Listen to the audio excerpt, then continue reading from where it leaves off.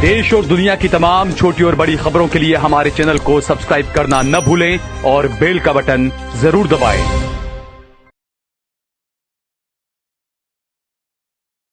नमस्कार दोस्तों, स्वागत है आपका देश लाइफ में और आपके साथ हमेशा की तरह मैं हूं आशिमा त्यागी। दोस्तों, अगर जेल से बाहर आ जाओ लेकिन बोल ना सको, लिख ना सको, इंटरव्यू भी ना दे सको और सोशल मीडिया भी ना छू सको, तो क्या आप आजाद कहलाओगे? अब आप सोच रहे हो कि मैं सवाल ये क्यों पूछ रही हूं आपसे। तो आज हम बात कर रहे हैं जमानत की उन शर्तों की जो जमानत कम और कैद ज्यादा लगती है। दिल्ली दंगों के आरोप में यूएपीए जैसे सख्त कानून के तहत, जी हां, सख्त कानून के तहत जेल में बंद 5 लोगों को सुप्रीम कोर्ट से जमानत तो मिली, लेकिन सवाल यह है कि क्या यह सच में राहत है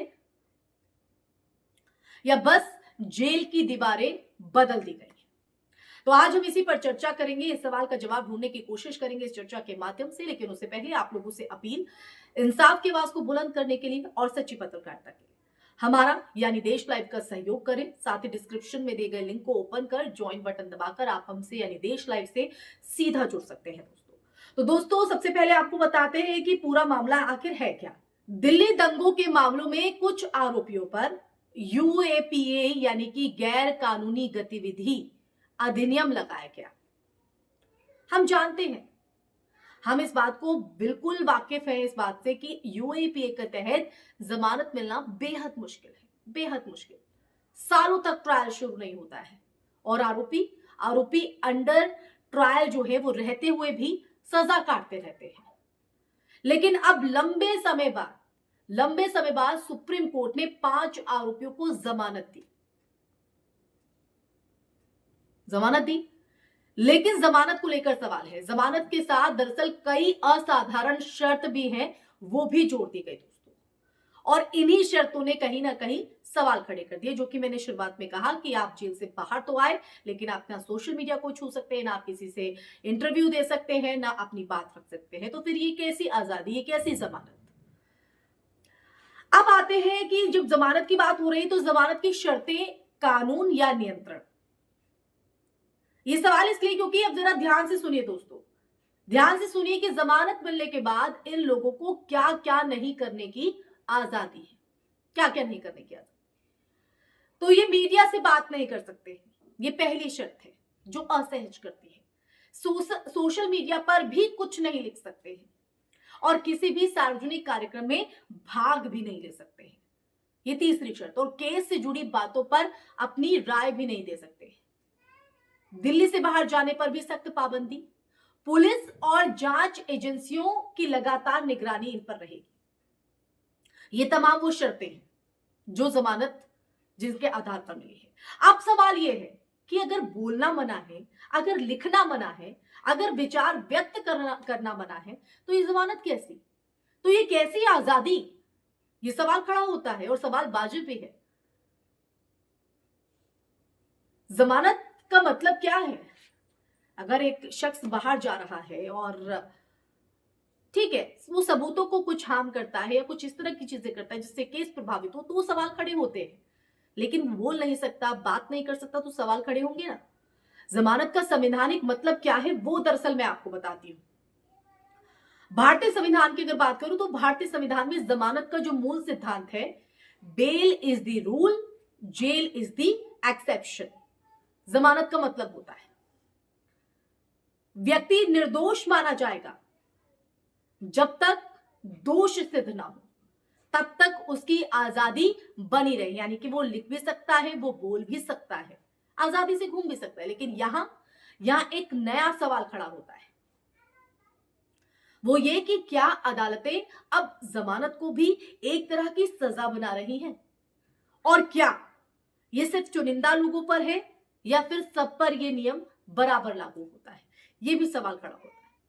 अब देखिए, शर्तों वाली आजादी का जो खतरा क्या है वो भी आप समझिए। आज ये शर्तों की अगर बात करें तो आज ये शर्तें 5 लोगों पर है, कल ही किसी पत्रकार पर हो सकती हैं, परसों किसी छात्र पर और फिर किसी आम नागरिक पर भी। तो दोस्तों अगर मिसाल बन गई कि जमानत मिले लेकिन चुप रहो, लिखो नहीं, बोलो नहीं, तो लोकतंत्र में डर सबसे बड़ा हथियार बन जाएगा। अब आप बोल रहे होंगे कि मैं ऐसा क्यों कह रही हूं? क्योंकि आदमी जेल से तो बाहर आ जाएगा, लेकिन समाज में एक चलती फिरती जेल में वो रहेगा, इन्हीं शर्तों के आधार पर। तो इसलिए दोस्तों ये जमानत को लेकर सवाल खड़े हो रहे हैं। हालांकि ये शर्तें क्यों लागू की गई हैं, इसके पीछे की वजह क्या है, क्या मंशा है, ये तो अभी साफ नहीं है, लेकिन ये जो शर्तें हैं वो सवाल जरूर खड़ा कर देती हैं और चर्चा को भी मजबूर कर देती हैं। अब देखिए सुप्रीम कोर्ट पर आते हैं। सुप्रीम कोर्ट की दुविधा को लेकर भी सवाल खड़े होते हैं। सवाल यही है, क्या सुरक्षा और स्वतंत्रता के बीच जो बैलेंस है, जो संतुलन बना आता रहा है, वो टूट रहा है क्या? सवाल यहां पर यह खड़ा हो जाता है। और देखिए यही सुप्रीम कोर्ट की जो दुविधा है वो साफ तौर पर दिखाई पड़ती है इस तरह के मामलों में, खासकर इस तरह के जो केस है उनमें खासकर, क्योंकि ये जो बैलेंस है ना, ये जो संतुलन है, इसे बनाए रखना और इसे निरंतर ऐसे चलाए रखना, ये अपने आप में एक बड़ी चुनौती है और यही वो दुविधा है।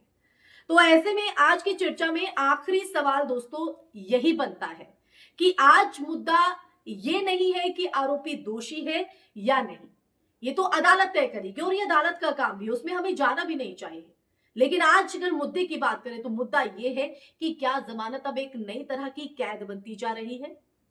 इन शर्तों को किस तरह से देखा जाए? अगर इंसान बाहर है लेकिन बोल नहीं सकता, लिख नहीं सकता, आजाद है लेकिन डर के साए में, निर्दोष है लेकिन निगरानी में, तो फिर हमें अपनी अंतरात्मा से खुद से सवाल पूछना होगा कि हम किस तरह का लोकतंत्र बना रहे हैं।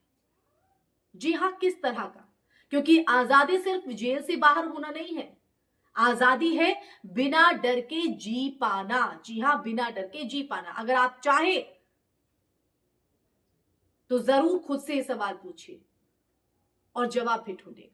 इसी के साथ इस चर्चा में फिलहाल के लिए बस इतना ही। ये चर्चा आपको कैसी लगी कमेंट सेक्शन में कमेंट करके जरूर बताइएगा। इस वीडियो को ज्यादा से ज्यादा शेयर कीजिएगा। हमारे चैनल देश लाइव को सब्सक्राइब कीजिएगा ताकि देश लाइव आपकी आवाज को यूं ही बुलंद करता रहे और आपको सच से रूबरू कराता रहे। फिर हाजिर होंगी ऐसे ही सच के संवाद को लेकर। तब तक के लिए अपना ख्याल रखें। जय हिंद, जय भारत, नमस्कार।